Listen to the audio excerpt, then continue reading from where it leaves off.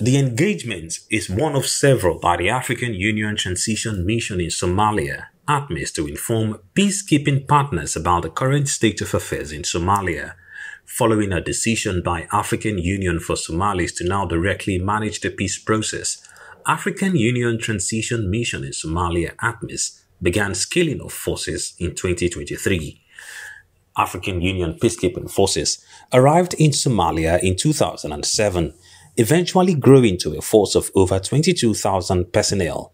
However, with the decision to allow Somalis to now directly manage the peace process themselves, and with a plan to end the mission by December 2024, the Union has commenced several drawdown of forces. In June, the mission withdrew 2,000 personnel and is set to further reduce the numbers of peacekeepers by 3,000 at the end of September. However, Force Commander Lieutenant General Sam Okading said he is optimistic Somalia can mobilize enough personnel to defend their country from the threat of terrorists, especially Shabaab, who still control large tracts of land in southern Somalia. Allow me to say that the Somali security forces continue to demonstrate their preparedness and capability to defend their country. The ongoing operation now is being handled by SNA. We give limited support. All those areas that were liberated by SNA. So they are up to the task. There is no doubt that even if we draw down the 3,000 soldiers in September,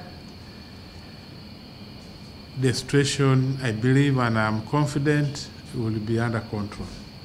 Attributing reasons for drawdown of forces to funding fatigue, the Ugandan general cautions African countries to remain vigilant, warning that Al-Shabaab can expand its operations.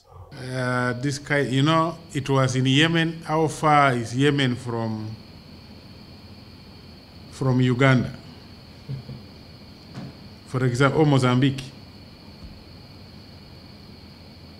They were in Syria, now they are in Mozambique.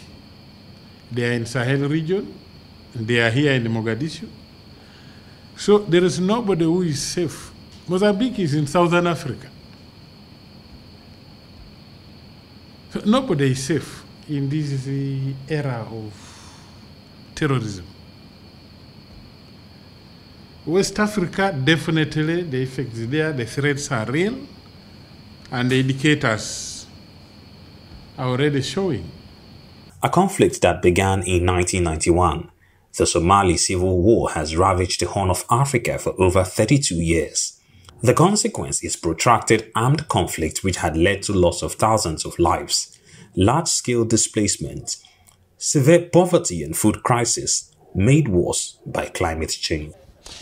Now the story of Amazon transiting to Atmis is one of dedication and determination by African forces to ensure that northeastern Africa, particularly the Horn of Africa, is not obliterated by terrorist forces in the shape of Al-Shabaab and other militant groups.